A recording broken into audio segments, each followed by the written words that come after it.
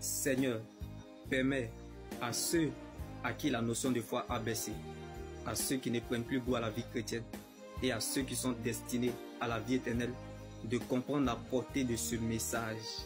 Quand Dieu a une promesse sur toi, tu ne peux pas arrêter le message, car sa souveraineté te rattrapera. Donc, tu as un témoignage à quelque part. Alors, pleure en regardant ta situation aujourd'hui comme Jacob, mais vois en vérité ce que Dieu te réserve demain, ton Israël. Ce qui te fait mal ou pleurer aujourd'hui sera la cause de ta louange demain. Même si le temps présent ne témoigne pas de toi, sache qu'il y a une fin qui t'attend, car la personne à la promesse n'est pas la même personne au stade de l'accomplissement. Donc la fête changera de camp. Même si tu ne veux plus croire, le ciel croira à ta place, car Dieu ne t'a pas mené si loin pour t'abandonner. Donc tes doutes ne feront pas douter Dieu. Comme Job a tout perdu, mais il n'a jamais perdu Dieu. À cause d'Abraham, Dieu a fait la promesse à Isaac. David a payé le prix pour que Salomon vive en paix et en sécurité. Donc moque-toi de tout, sauf d'une personne qui cherche Dieu. Car il peut être Jacob à 16 heures et avant le lever du jour devenir Israël. Que les gens veuillent ou pas, tu entendras la voix de Dieu. Mon Dieu se révélera à toi. Il changera ton identité et ton nom. Non pas parce que tu as raison, mais parce que tu es sa raison.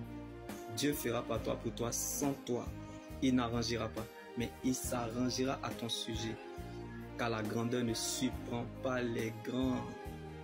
Donc quand tu vois un Goliath, c'est parce qu'il y a un David qui est là. Dieu ne rend pas grand, mais il rendra ton nom grand. Comme Dieu a nommé Saül, mais il a choisi David.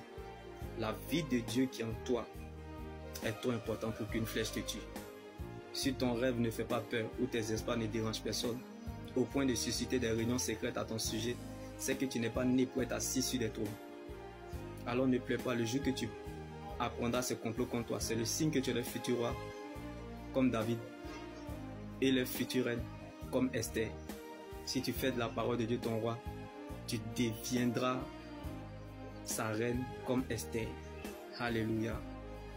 Même si le Seigneur n'est encore rien dit, mais je sais que tu dois garder ce qu'il t'a dit.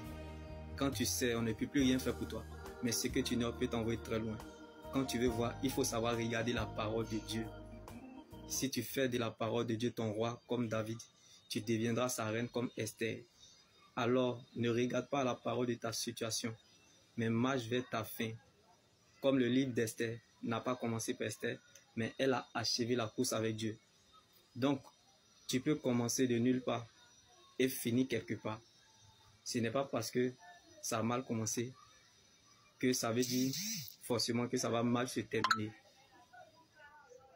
Dieu n'est pas obligé de composer avec vous, car lorsqu'il met son choix sur quelqu'un, on ne comprend rien dans sa vie. Donc si tu as l'impression qu'il y a plein d'incertitudes autour de toi, c'est qu'il y a quelque chose de nouveau qui se passe. Quand Dieu est silencieux, c'est qu'il est en train d'agir. Donc il va réagir en lavant son nom dans ta vie au nom de Jésus-Christ.